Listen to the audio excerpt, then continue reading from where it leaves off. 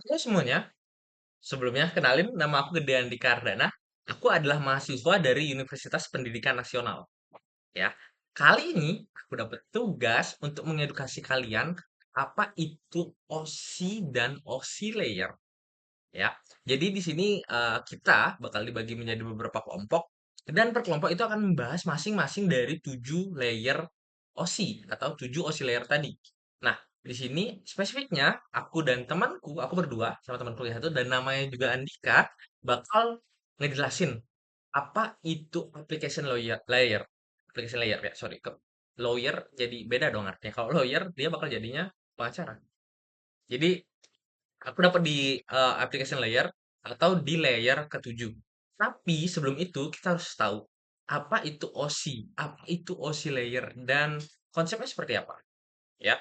Jadi OSI itu sendiri adalah Open System Interconnection, ya, kerangka konseptual untuk memahami komunikasi jaringan komputer. Model ini terdiri dari 7 layer dengan fungsi-fungsi yang spesifik. Jadi, setiap layernya memiliki fungsi yang berbeda-beda tentunya. Ya, OSI sendiri juga adalah kerangka konsep. Jadi, OSI itu sendiri adalah dasar ya, dasar atau akar dari kalian jika ingin membuat sebuah aplikasi. Lanjut ke slide kedua. Ya, ini ada tujuan OSI layer. Yang pertama ada standarisasi, ya, menciptakan standar universal untuk komunikasi jaringan, memastikan semua vendor dan pengembang mengikuti protokol yang sama, yaitu adalah OSI. Terus ada interoperabilitas. Nah, ini aku baca, kita pindahin dulu. Yap. Nah, ini ada interoperabilitas, ya, memungkinkan perangkat dan sistem berbeda untuk berkomunikasi tanpa hambatan. Misalkan mereka mematuhi standar OSI tadi. Terus juga ada troubleshooting, memudahkan identifikasi dan perbaikan masalah jaringan dengan memecah proses komunikasi menjadi layer-layer yang lebih kecil dan terkelola. Maksudnya, dia kan OSI layernya ada 7 nih, itu dipecah. Berarti sebuah aplikasi itu dipecah menjadi 7. 7 OSI tadi. 7 OSI layer tadi. Nah, setiap layernya memiliki fungsi-fungsi yang spesifik, ya. Jadi jika ada troubleshooting atau jika ada kendala, kita bisa langsung tahu nih, oh apakah UI atau user interface yang berarti itu ada di application layer, yang berarti berada di application ketujuh atau OSI ketujuh, sorry, OSI layer ketujuh seperti itu. Jadi kita bisa langsung tahu nih trouble-nya ada di mana. Kita lanjut ke slide ketiga. Nah, ini ada application layer atau pintu masuk komunikasi. Yang pertama ada antarmuka pengguna, menyediakan antarmuka bagi pengguna akhir untuk berinteraksi dengan aplikasi, seperti tampilan grafis atau baris perintah. Yang kedua ada pemrosesan data, menangani performatan data agar sesuai untuk transmisi melalui jaringan, termasuk enkripsi untuk keamanan. Yang ketiga ada akses jaringan, menghubungkan aplikasi dengan layanan jaringan yang mendasarinya memungkinkan pengiriman dan penerimaan data. Tuh, lagi. Nah, di sini ada fungsi dan tugas aplikasi layer. Autentikasi pengguna memverifikasi identitas pengguna sebelum mengakses jaringan, memastikan hanya pengguna yang sah yang dapat melanjutkan. Ini melibatkan penggunaan password, token keamanan, atau biometrik untuk memvalidasi identitas pengguna. Terus yang kedua ada pemrosesan data akhir, menangani format data dan enkripsi untuk aplikasi, menjaga kerahasiaan dan integritas data selama transmisi. Terus, data yang dianskripsi agar tidak dapat dibaca oleh pihak yang tidak berwenang dan diformat agar kompatibel dengan aplikasi yang menerima. Kita pindah lagi nih. Aduh, kita pindah dari tadi ya. Oke.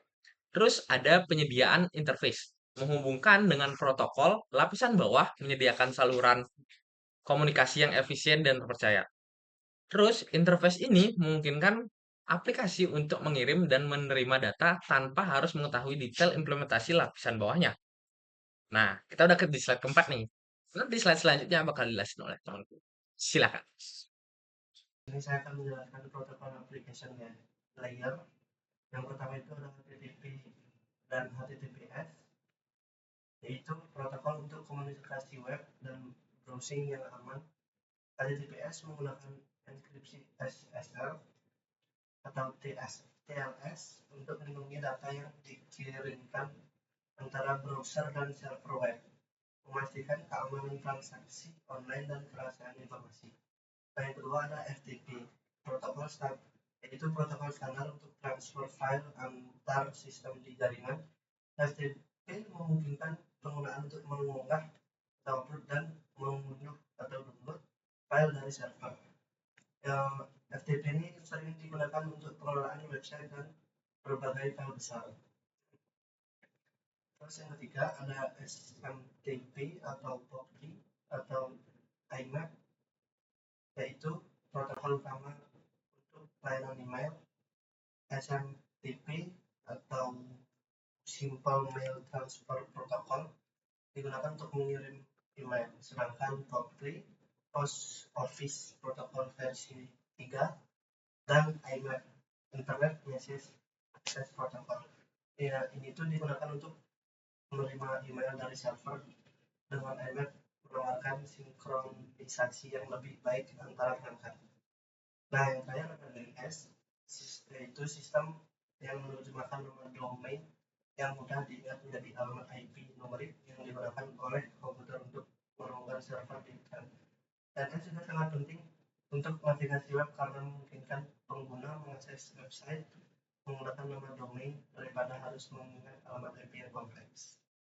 Selanjutnya, nah di sini ada contoh penerapan sehari-hari, ada 3 contoh. Yang pertama browsing web, penggunaan email, sama penjaringan domain.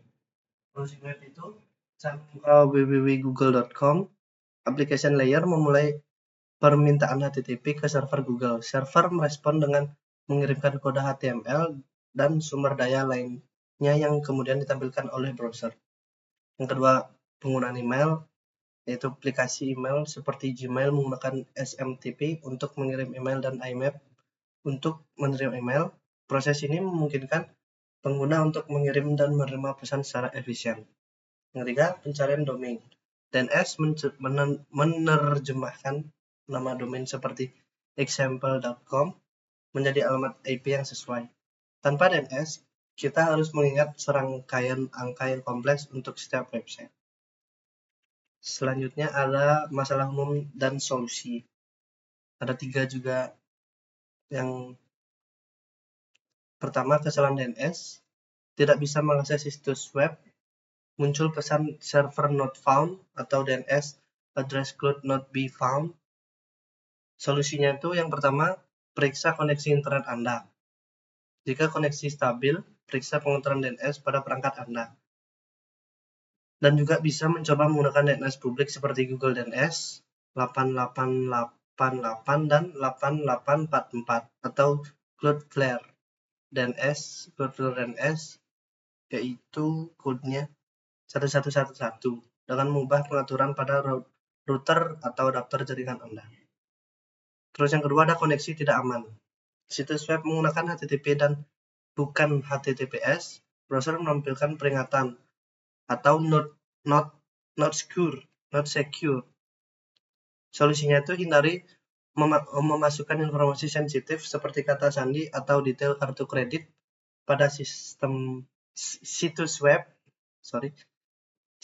yang tidak menggunakan HTTPS.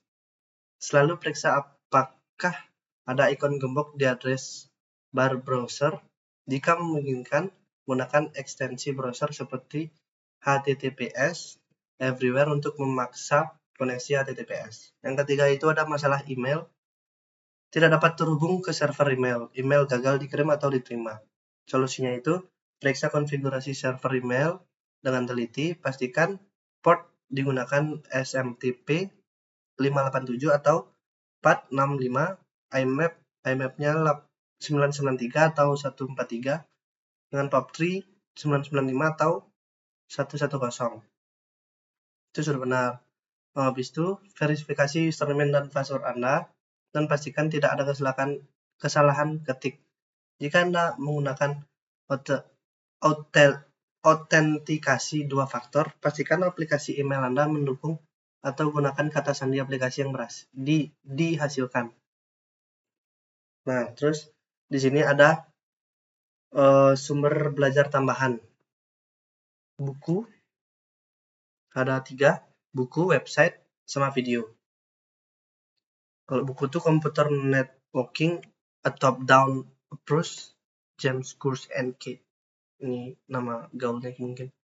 Yang kedua ada website, Geek for Geek and Cloudflare Learning Center. Ketiga ada video YouTube, versi model explain oleh Network Chuck atau Computer Play. Nah, kesimpulannya, application layer adalah pintu komunikasi antara aplikasi, penggunaan, dan jaringan.